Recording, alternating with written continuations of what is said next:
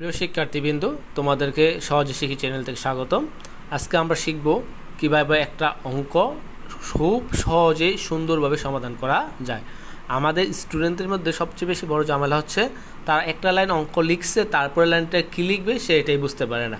আসলে এটা না বোঝার যথেষ্ট কারণ রয়েছে, আমাদের কিছু বেসিক সমস্যা রয়েছে, এর জন্য আমরা এটা করতে পারি না।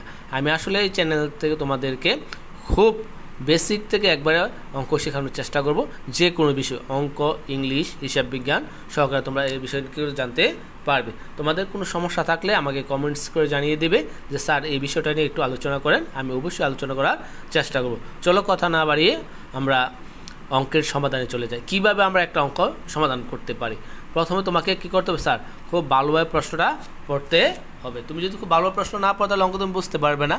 দ্বিতীয়ত কাজ হচ্ছে তোমাকে কি করতে হবে? প্রশ্নটা খুব ভালোভাবে কি করতে হবে স্যার? সাজাতে হবে। অর্থাৎ প্রশ্নে যা দেওয়া থাকে তা লিখতে হবে। মানে প্রশ্নে কী দেওয়া থাকে, কী দেওয়া আছে, কার মান দেওয়া আছে তা কী করতে হবে? লিখতে হবে। তৃতীয়ত হচ্ছে তোমার কাছে যা চাওয়া হয়, প্রশ্নে তোমাকে কিছু না কিছু সমাধান করতে বলবে, ওই অংশটা তুমি কি করবা স্যার? লিখে নিবে। তারপর তোমার কী করতে হবে? চাওয়ার মধ্যে কোনো সূত্র বা অনুসিদ্ধান্ত থাকে, ওই সূত্র বা অনুসিদ্ধান্ত তোমাকে কী করতে হবে? লিখে নিতে হবে।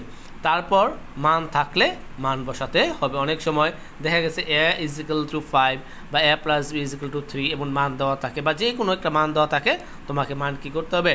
লিখতে হবে, মান বসাতে হবে। লিখতে হবে বলতে মানকে বসাতে হবে। আফটার দ্যাট তোমাকে পাওয়ারের কাজ করতে হবে। পাওয়ারের কাজটা অনেক সময় প্রথমে হয় আবার শেষে হয়। দেখা গেছে যে ভগ্নাংশ আকারে যোগবিয়োগ থাকলে যোগবিয়োগ করার পর সবাই কী করে পাওয়ারটা দেয় বা প্রথমে দিয়ে দেয়, এটা কোনো সমস্যা না। তারপর হচ্ছে তোমাকে এর কাজ করতে হবে। এর কাজ আমি এখানে সংক্ষিপ্তভাবে লিখছি। এর কাজ করতে হবে, বাকি যা থাকে তোমাকে কী করতে হবে? তা লিখতে হবে।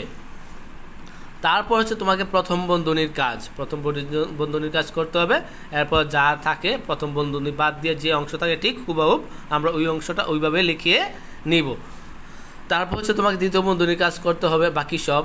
তারপর তোমাকে তৃতীয় বন্ধনীর কাজ করতে হবে, বাকি যা আছে তোমাকে তা লিখতে হবে। আফটার দেন তোমাকে কি করতে হবে? ভাগের কাজ। কিসের কাজ? ভাগের কাজ। তো বাকি যে অংশ ভাগ আছে, অর্থাৎ ওই অংশের কাজটাই তুমি করবা, অন্য কোনো অংশের কাজ করার দরকার নেই। অন্য কোনো অংশ যেভাবে আছে ঠিক সেভাবেই তুমি কি করবে? লিখে দেবে। তারপর তোমাকে করতে হবে স্যার গুণের কাজ। কিসের কাজ? গুণের কাজ। আর বাকি সব। তারপর কি করতে হবে স্যার? যোগ বিয়োগের কাজ।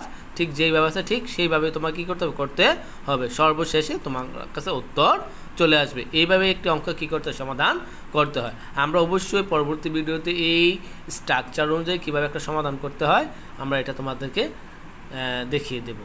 আজ এই পর্যন্তই। আশা করবি সবাই ভিডিওতে খুব ভালোভাবে বুঝতে পারছি।